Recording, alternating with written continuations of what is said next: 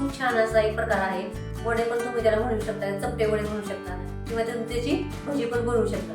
चला तर मग आपण सुरुवात करूया. तर इथे चवळी आणि राजमा मी एक वाटी घेतलेली आहे भिजवलेली.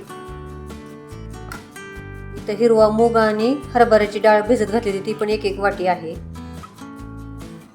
इथे तांदूळ, रेशनचा तांदूळ आणि उडदाची डाळ ही अर्धी वाटी घेतलेली आहे. भिजत घातलं होतं आणि सगळं एकत्र करून तुम्ही भिजत ठेवलं तरी चालेल. रात्रभर भिजवत ठेवा किंवा 6-7 तास भिजत ठेवा. तर आता याच्यातलं आपण सगळं पाणी काढूया. न पाणी घालता आपण मिक्सरमधनं बारीक करून घेऊया. तर आता आपण हे मिक्सरमधनं सगळं बारीक करून घेतलेलं आहे. जर बारीक होत नसेल तर थोडंसं नॉर्मल पाणी घालून बारीक करून घेऊ शकता. म्हणजे थोडीशी आपण कोथिंबीर, काही डाळीचे किंवा मुगाचे असे कण राहिलेले आहेत. किचन किंग मसाला 1 चमचा, 2 कांदे बारीक चिरलेले. तुम्ही कडधान्य सगळं तुमच्या आवडीनुसार तुम्हाला पाहिजे तेवढं अर्धी वाटी 1 वाटी घेऊ शकता. कमी जास्त करू शकता तुम्ही. 4 हिरवी मिरची, 1 चमचा जिरं, 4-5 लसूण पाकळ्या आपण बारीक करून घेतलेला आहे.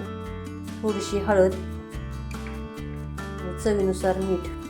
एकीकडे तेल गरम करायला ठेवलेलं आहे आणि अर्धी वाटी बारीक गाजर खिसून घेतलेलं आहे अर्धी वाटी. तर आता हे सगळं मिक्स करूया. जर पातळ वाटलं तर तांदळाचं पीठ किंवा बेसन पीठ थोडंसं तुम्ही ॲड करू शकता याच्यात.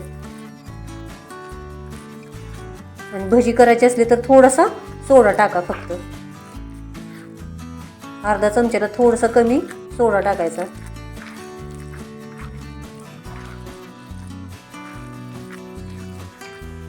तर आता आपलं हे मिक्स करून झालेलं आहे. तुम्ही बघू शकता जास्त असं घट्ट पण नाही, जास्त पातळ पण नाहीये. तर असं हातावर थापायचं. चिटकलं तर तेलाचा हात घ्या किंवा पाण्याचा हात घ्या आणि असं लगेच तेलात सोडायचे. आता आपण लगेच असं करत करत तेलामध्ये सोडूया. तेल गरम झालेलं आहे. आपण गॅस मध्यम केलेला आहे.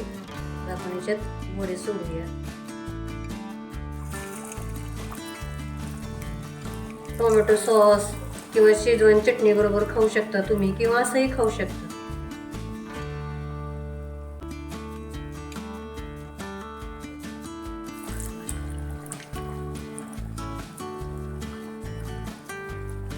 याची भजी पण खूप छान लागतात.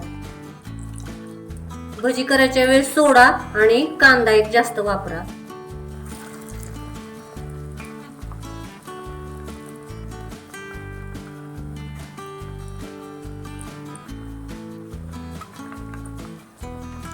छान असं आपण कुरकुरीत तळून घेऊया.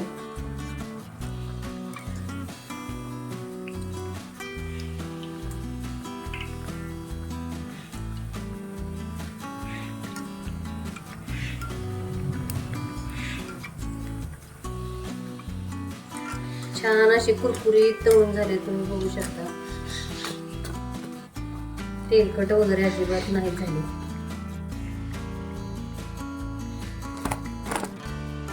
तर याच पद्धतीने आपण आता सगळे करून घेऊया.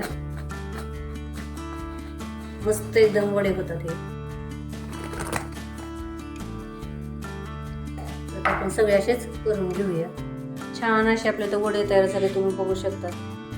तर चॅनल सबस्क्राईब करा, लाईक करा, शेअर करा आणि कमेंटमध्ये मला नक्की सांगा कसे झाले ते. थँक्यू.